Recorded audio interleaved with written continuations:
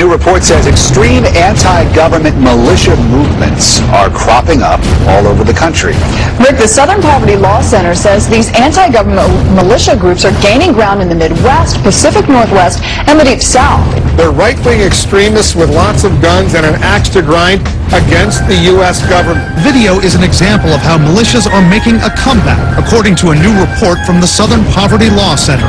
A Homeland Security assessment in April said recent arrests indicate the emergence of small, well-armed extremist groups in some rural areas. Lone wolves and small terrorist cells embracing violent right-wing extremist ideology are the most dangerous domestic terrorism threat in the United States. A leader of the Michigan militia told us members of established militias like his, which do training on firearms and first aid, he described their ideology as pro-freedom and pro-constitution. The idea that not in 10 or 12 years have we seen this level of activity, and as he said, all it is lacking is a spark.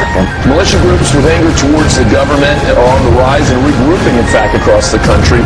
According to a new report from the Southern Poverty Law Center, the stress of the economy and a liberal administration. Any sort of government intervention or law enforcement getting involved in these groups might even strengthen their position. This government intelligence report warns of a resurgence in right-wing extremist recruitment and radicalization activity. It cites rising unemployment, illegal immigration, fear of gun control. Anti-government right-wing U.S. militias are on the rise, with growing membership in the Midwest, Pacific West, and Deep South. Both the department and the Southern Poverty Law Center say they are seeing some increase in those right-wing groups. Mr. Hancock said, quote, "This militia scare is what got them. It was all manufactured. The entire case was made up. Just like Waco by the same government, he says, that lied about 9/11. Hancock said he knew all the Viper defendants, was good friends with one, and added, "I've been feeling this coming again. It's the same people. It's Rahm Emanuel. It's Janet Napolitano. It's Hillary Clinton. All these were the same people that were doing it back then." 92% if you say a person concerned about borders and ports that are unsecured, if you're worried about illegal immigration, Second Amendment rights, or a returning veteran from the wars in Iraq and Afghanistan, it is not likely, as the Homeland Security Department suggests, to be a right-wing extremist. Are you listening, Janet Napolitano? Prevented. We will incarcerate people preventively. Preventive incarceration.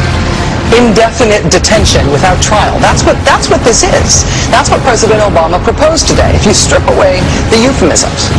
One civil liberties advocate told the New York Times today, quote, "We've known this was on the horizon for many years, but we were able to hold it off with George Bush."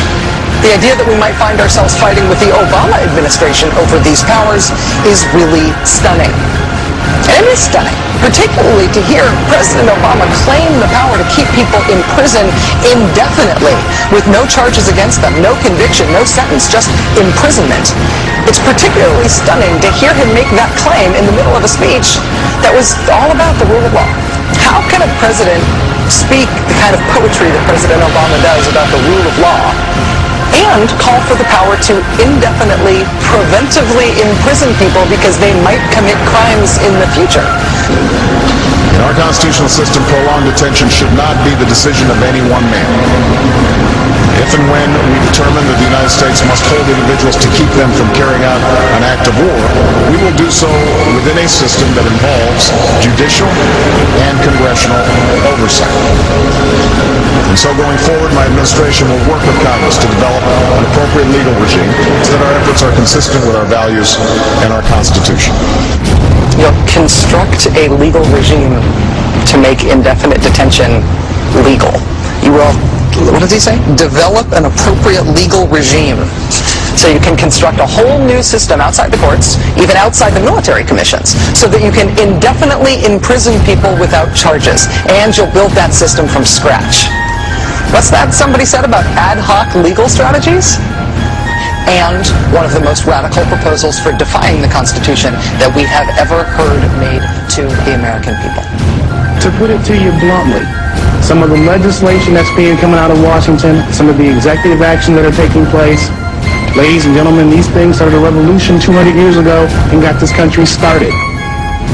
And the people are seeing this. The national news media and the actions of this government is some of the best recruitment we could have. We don't have to say much. All you have to do is talk to the average person out there to tell you, how do you feel about your government? And the people you look at here, we're the calm ones. We're the ones that calm people down. Now, I'm speaking here as a representative for my state and other groups that I know of.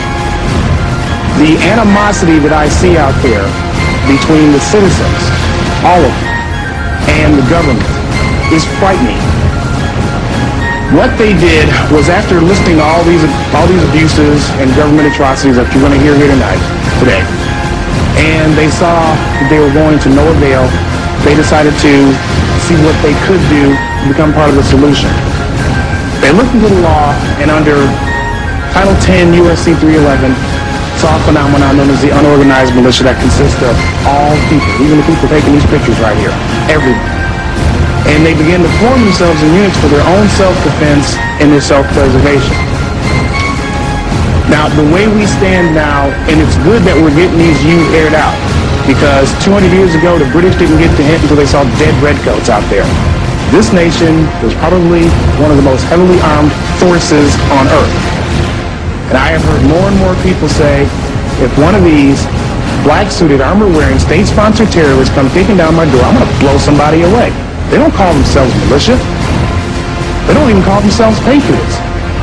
They call themselves American citizens who are getting tired of confiscatory tax rates, increasingly legislation, increasingly heavy regulations, which is they believe are leading them down a path to involuntary servitude. And one of the slogans that's been going around, especially in Ohio, is what I've been telling people, for those who think that this is just primarily an angry white male movement, is that if our ancestors would have been armed, they would not have been slaves.